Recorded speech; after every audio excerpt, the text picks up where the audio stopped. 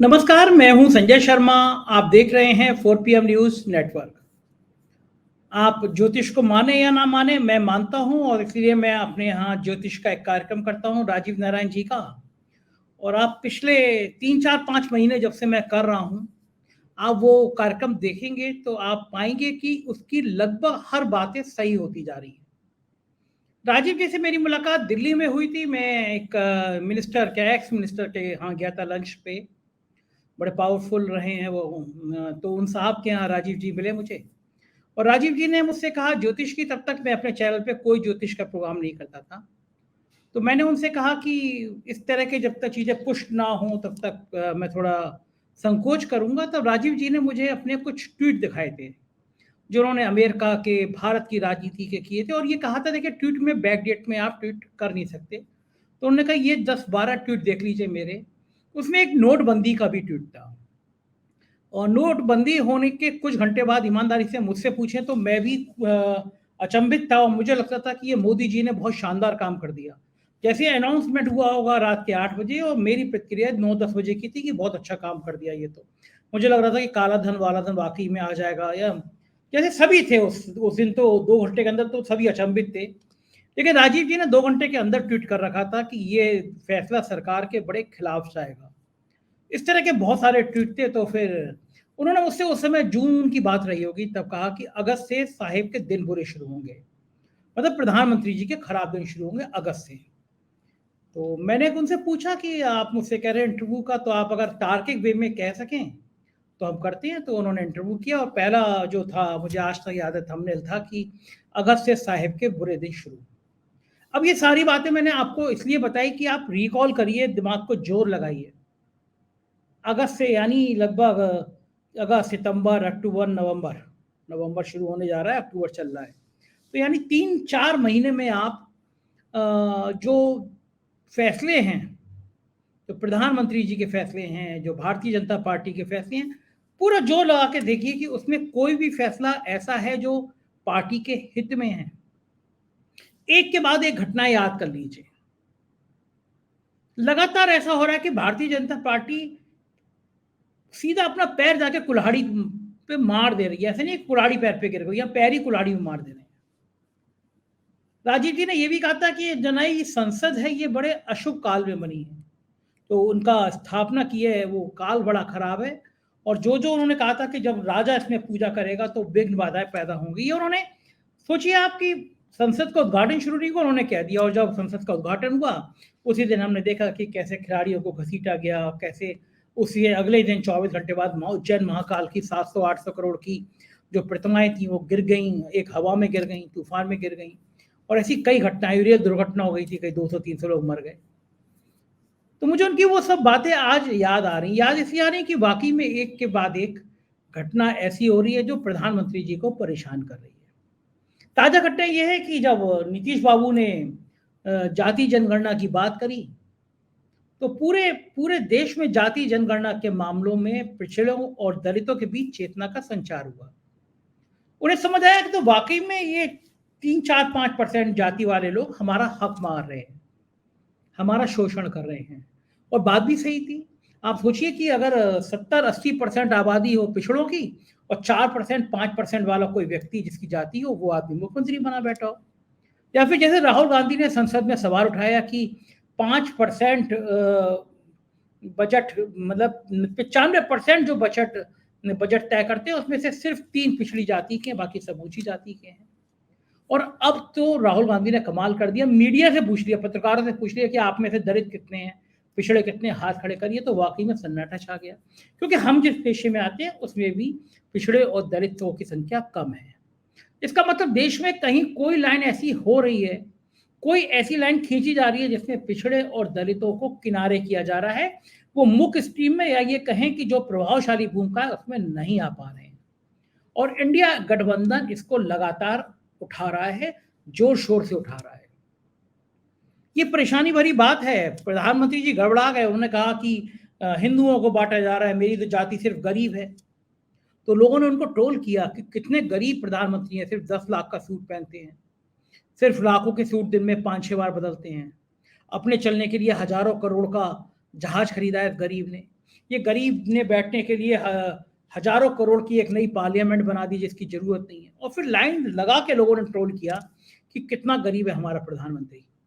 तो जाहिर है कि ऐसी बातों में मजाक उड़नी थी, और फिर पिछड़ों में ये खराब संदेश गया कि प्रधानमंत्री जी ऐसी बात बोल के पिछड़ी जाति का अपमान कर रहे हैं, मतलब चाहते नहीं है कि पिछड़ी जातियों को उनके हक मिले। शिवराज सिंह चौहान की जैसी गद बना दी थी मध्य प्रदेश के चुनाव में प्रधानमंत्री जी ने, और अब ज्ञान प्रकाश एक सीनियर जर्नलिस्ट है, वो मुझसे इंटरव्यू कर रहे थे, और उस इंटरव्यू के दौरान उन्होंने मुझसे कहा कि शिवराज सिंह चौहान ने 2012 ऑन कैमरा कहा था उनसे कि कहाँ आप पत्रकार लोग गुजरात मॉडल देख रहे हैं, देखना है तो मध्य प्रदेश मॉडल देखिए, मेरा मॉडल देखिए। और प्रधानमंत्री जी को ये बात बड़ी अखरी थी, और तब से प्रधानमंत्री जी मन में रखे हुए थे। अब मामला आया शिवराज सिंह चौहान को निपटाने का, तो जितना वो निपटा सकते थे उतना वो निपटा दिया। एक फोटो वायरल हो रही है आज की, वो ऋषिकेश में गंगा किनारे बैठ के चिंतन कर रहे हैं शिवराज सिंह चौहान, कुछ पढ़ रहे हैं। फोटो वायरल हुई, वो फोटो बताया जाता है कि खुद शिवराज जी ने सिंपैथी लेने के लिए वायरल करी। तो ये भी एक अजब खेल है कि यहाँ पे चिंतन कर रहे हो आप, पूजा कर रहे हो आप, तो आपको फोटो और कैमरा वालों को लेके जाना पड़ता है। मतलब मैं पूजा करता हूँ, मेरे घर में पहले निचले स्तर में मंदिर बन रहा था, मैंने ऊपर कराया कि भाई नीचे लोगों का मूवमेंट होता है, पूजा जहाँ पे करो थोड़ी देर शांति में। और मेरे कमरे में उस समय कोई आए तो मुझे खराब लगता है, क्योंकि लगता है पूजा करते समय एकाग्रचित होकर ईश्वर की आराधना करनी चाहिए, मन में ख्याल आता है। अब यहाँ पे अगर पूजा करने जाते हैं तो यहाँ पे बाकायदा कैमरों की टोली जाती है, वीडियो कैमरे, स्टिल कैमरे, तब बाकायदा फोटो सेशन होता है, कपड़े भी पहने जाते हैं, बाल वैसे संवारे जाते हैं, और उसके बाद फोटो सेशन होता है। तो उसी स्टाइल में चिंतन शिविर में गए हैं शिवराज जी, लेकिन बैठ के फोटो खिंचवा रहे हैं। और चुनाव पीक चल रहा है इस समय, मतलब बिल्कुल 1 महीने के अंदर सब कुछ तय हो जाना है, और वो ऋषिकेश में बैठे हुए शिवराज सिंह जी। शिवराज जी पिछड़ों के बड़े नेता हैं, उमा भारती बड़ी नेता थी, कल्याण सिंह बड़े नेता थे। कल्याण सिंह की क्या गत हुई ये सबने देखा है कि क्या भारतीय जनता पार्टी में हाल हुआ। उसके बाद उमा भारती किस तरह नाराज है, किस तरह किनारे की गई, ये बात भी सबने देखी है। और अब शिवराज सिंह चौहान, तो ये पिछड़ों का और दलितों का, अल्पसंख्यकों का जो एक गठजोड़ है, ये 80-90% वोट बनता है, और ये वोट बहुत होता है। आप बीजेपी परेशान ये है कि अगर ये गठजोड़ बन गया, ये तालमेल हो गया इनमें, तो वो जो बीजेपी ने कार्ड खेला था पिछड़ों में, अति पिछड़ा, या उत्तर प्रदेश में जैसे यादव के अलावा गैर पिछड़ी जाति सब इकट्ठी की थी, वो टूटती हुई नजर आ रही है। तो भाजपा की मुसीबतें लगातार बढ़ रही है। ये मुझे याद आया कि उसी सब मैंने जो राजीव जी की बातें की, वाकई में जो बात कह रहे थे वो बात अक्षरशः सत्य होती नजर आ रही है। इस बीच में मैं देख रहा हूं कि 2 दिन से इजराइल और फिलिस्तीन का जो युद्ध है, हमास के जो आतंकी घटना है, उसको लेके पूरे देश में ऐसा माहौल बना दिया गया जैसे वो हमारे देश में घटना घटी हो।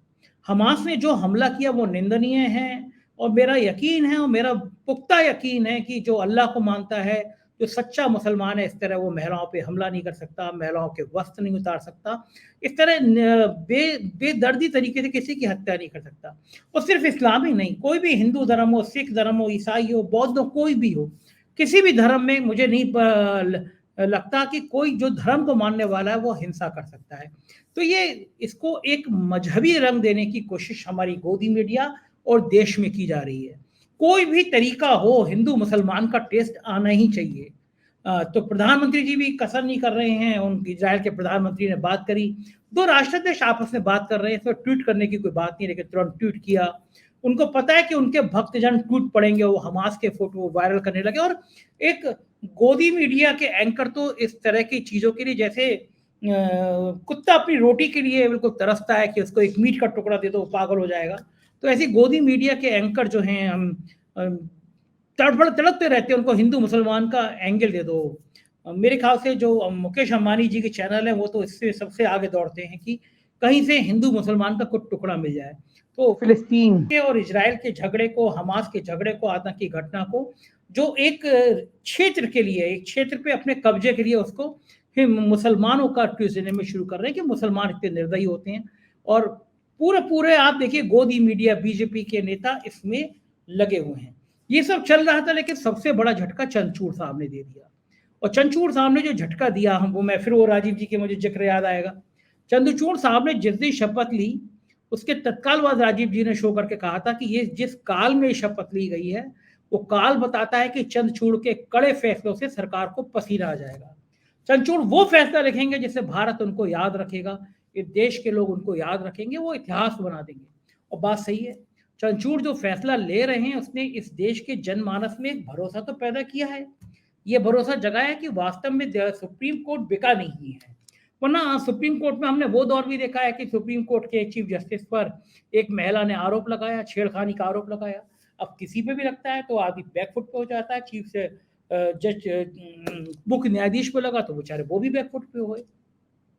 और उसके कुछ महीनों बाद उन्होंने वो सारे फैसले दिए जो सरकार के पक्ष में थे, और सरकार ने भी रहमदिली दिखाते हुए उनको राज्यसभा में भेज दिया। तब पूरे देश के जनमानस ने सुप्रीम कोर्ट पर सवाल खड़े करने शुरू कर दिए, कहा कि मीलॉर्ड यही तो लोकतंत्र का सबसे बड़ा मंदिर है, या तो पार्लियामेंट है और या फिर आपका सुप्रीम कोर्ट है। पार्लियामेंट में जिस तरह अपराधियों की संख्या बढ़ती चली जा रही है, जिस तरह माफिया आते जा रहे हैं, वहां पे विश्वास कम हो रहा है, तो हमारा विश्वास सुप्रीम कोर्ट में है।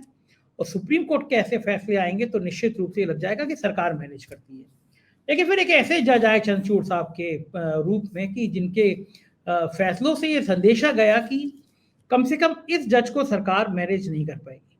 और बात भी सही, आप कल्पना करिए, सोचिए, आपके घर में 10 लाख रुपए मिल जाए, इनकम टैक्स वाले आपको 10 साल तक परेशान करेंगे रुपए कहां से आए। आप सरकारी अधिकारी होंगे तो आपके खिलाफ आय से अधिक संपत्ति का मुकदमा लग जाएगा। लेकिन इस देश की राजनीतिक पार्टियों पे ये फार्मूला लागू नहीं होता। आप 20,000 रुपए से ज्यादा कैश नहीं ले सकते, ये नियम बनाया है। लेकिन पॉलिटिकल पार्टी एक बॉन्ड के जरिए करोड़ों रुपए तक का फंड जुटा सकती है।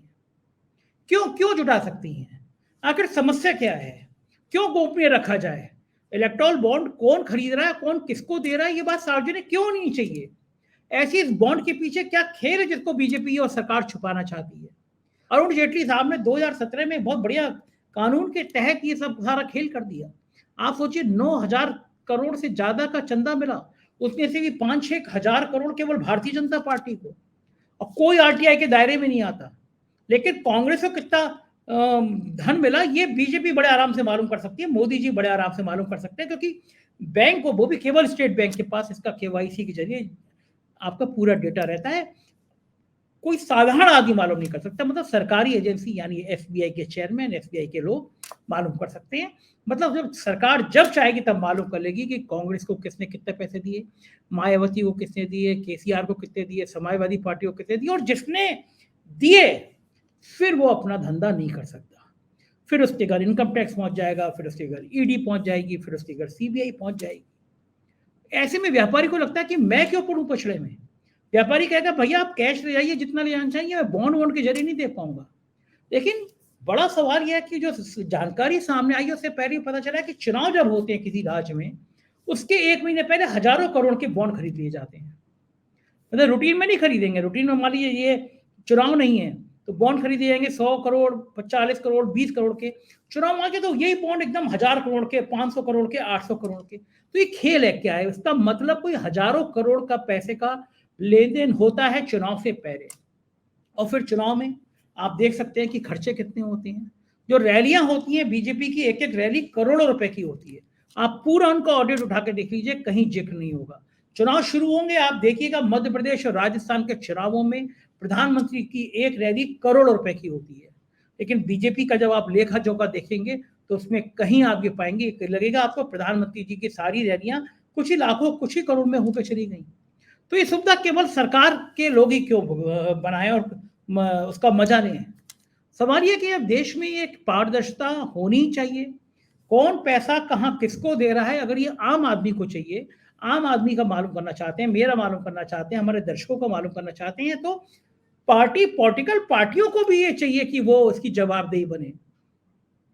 हमने तो उस समय जब ये नियम आया था तो हमने अपने अखबार में फुल पेज खबर छापी थी। हमने कहा था कि हम तो अपने चंदे का हिसाब देने को तैयार है मोदी जी, आप कब अपनी पार्टी का हिसाब देंगे? तो वही सवाल आज भी बड़ा बन के खड़ा हुआ कि हम तो अपने चंदों का हिसाब दे देंगे, लेकिन आप कब हिसाब देंगे? तो चंद्रचूड़ साहब की बेंच में आज ये मामला उठा। प्रशांत भूषण जी ने बहुत जबरदस्त तर्क दिए। 31 अक्टूबर को चंद्रचूड़ इस पर सुनवाई करेंगे, और ये वो फैसला है कि अगर चंद्रचूड़ ने कह दिया कि कौन किसने किसको कितना पैसा दिया, इलेक्ट्रॉनिक बॉन्ड के जो इलेक्टोरल बॉन्ड है उसके नाम उसने कहाँ से खरीदा, कहाँ गया, ये सारी जानकारी आपको एक प्लेटफॉर्म पे देनी होगी, आरटीआई में लानी होगी। तो यकीन मानिए इस देश की राजनीति पे, लोकतांत्रिक व्यवस्था पे ये सबसे बेहतरीन पारदर्शिता का कदम होगा। ये सामने आना ही चाहिए। आखिर काला धन केवल पॉलिटिकल पार्टियों के पास ही रहेगा, और काला धन कहीं पे भी क्यों रहेगा? प्रधानमंत्री जी ने तो कहा हम काला धन वापस लाएंगे, और यहाँ पे हजारों करोड़ रुपए इलेक्टोरल बॉन्ड के जरिए कौन किसको क्या दे रहा है ये बताने की जरूरत महसूस नहीं कर रहे। तो जाहिर है कि राजनीति की सीरी जाती है कि बेतहाशा पैसा कमाया जाए। मंत्री, मुख्यमंत्री, प्रधानमंत्री भी शायद इसीलिए बनते हैं लोग कि बेतहाशा उनकी पार्टियां पैसा कमाएं। लोग सवाल कर रहे हैं कि पूरे देश में भारतीय जनता पार्टी की बड़ी बड़ी बिल्डिंगें बन गई, पूरे देश में ये बीजेपी के बड़े बड़े ऑफिस बन गए, ये पैसा अचानक कहाँ से आया, बरसा कहाँ से? तो जाहिर है कि इसका हिसाब तो देश की जनता मांगेगी ही मांगेगी। अब ये सुनवाई 31 अक्टूबर को, यानी वोटिंग के जो 5 राज्यों के चुनाव है उससे ठीक पहले, अगर 31 अक्टूबर को चंचूड़ साहब ये आदेश कर देते हैं कि भाई सारे पैसे का हिसाब देना पड़ेगा, तो निश्चित रूप से मोदी जी को पसीने आ जाएंगे। उनको लगेगा पिछड़े, अति पिछड़े, दलित, मुस्लिम तो उनके संग है ही नहीं, और अब ये पैसे। तो मुझे फिर राजीव जी की बात याद आती है कि साहेब के बुरे दिन तो शुरू हो गए, और अब पता नहीं क्या क्या होगा आगे। जो ओपिनियन पोल आए हैं वो बहुत दुखदाई हैं। तेलंगाना में बीजेपी तीसरे चौथे नंबर के लिए संघर्ष कर रही है, छत्तीसगढ़ में और मध्य प्रदेश में वो हार रही है, राजस्थान में उम्मीद दिखा रहे हैं ओपिनियन पोल, लेकिन वहाँ के ग्राउंड जीरो पे लोग कह रहे हैं कि वसुंधरा राजे बहुत नाराज हैं, और वसुंधरा राजे नाराज हैं तो बीजेपी को जीतने का सपना ही छोड़ देना चाहिए, कि सपना भी ना देखे बीजेपी जीत सकती है। तो जाहिर है ये सारी बातें आजकल साहब की नींद उड़ा रही होंगी। क्या होगा राजनीति का हम आपको बताते रहेंगे। आप देखते रहिए 4 PM। आपका अपना चैनल है, नीचे 2 बटन है सब्सक्राइब और ज्वाइन के, उनको दबाइएगा, साथ दीजिएगा। हमारे राज्यों के चैनल, नए चैनल शुरू हुए हैं, वो 4 PM मध्य प्रदेश, 4 PM राजस्थान, उससे पहले 4 PM यूपी, बिहार, गुजरात, महाराष्ट्र, कर्नाटक चल रहे हैं। उन्हें सब्सक्राइब करिएगा, अपना प्यार बनाए रखिएगा। शुक्रिया, थैंक यू।